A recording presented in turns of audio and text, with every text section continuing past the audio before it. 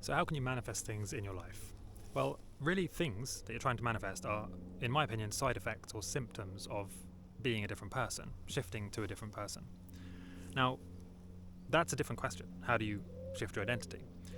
If you're focusing on how do I manifest things, objects, items, then you're never going to focus on shifting to being a different person, which is ultimately what gets you the things. So I'll give you an example. Let's say if you want to manifest a six-pack or a bunch of muscles, you want to manifest being in shape.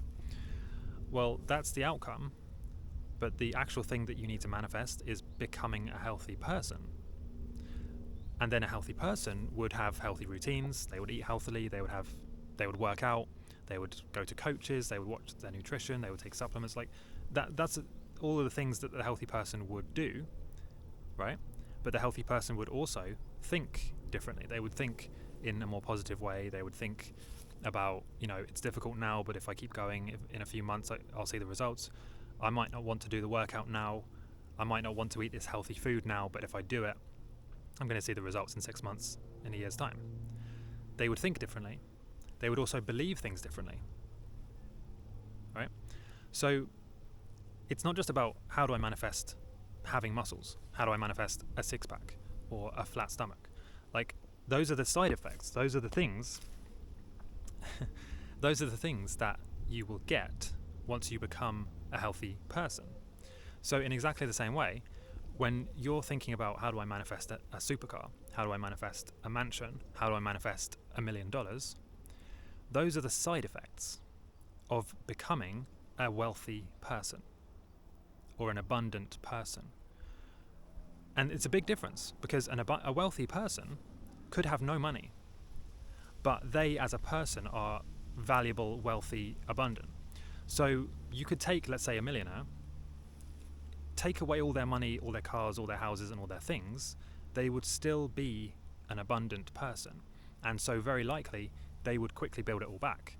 They would earn all that money back. They would find very easy and quick and fast ways to get everything back, right? And this happens so often, right? You see loads and loads of people who they build up a huge amount of wealth, like millions, sometimes even billions. They lose it all, go bankrupt, go into debt, and then they get it all back again in a different way, and much faster than than a normal person would be able to earn or make that much money naturally, like on their own.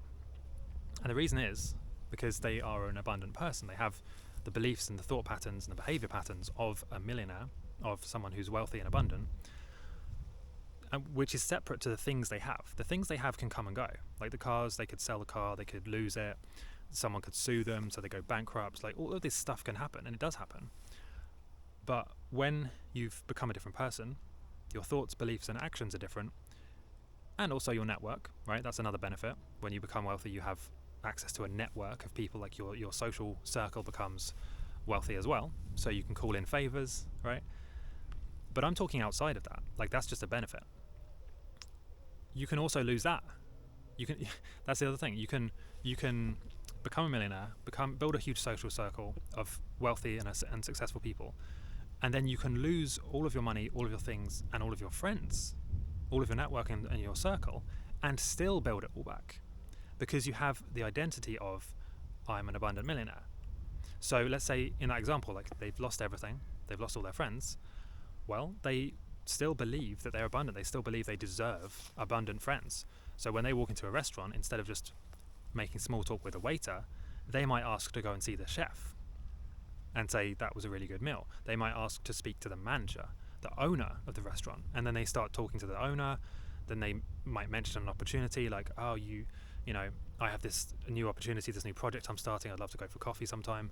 And the way they talk to the owner, they talk as if they deserve to talk to them. They talk as if they belong, instead of just a customer, who would never dream of going to talk to the owner.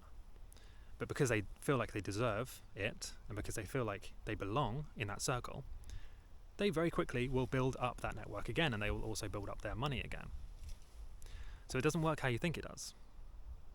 So when you say, how do I manifest things in my life? The things, the items, like the perks, are the side effect of fly keeps landing on my leg. They are the side effect of becoming the person. And then the person will attract the things.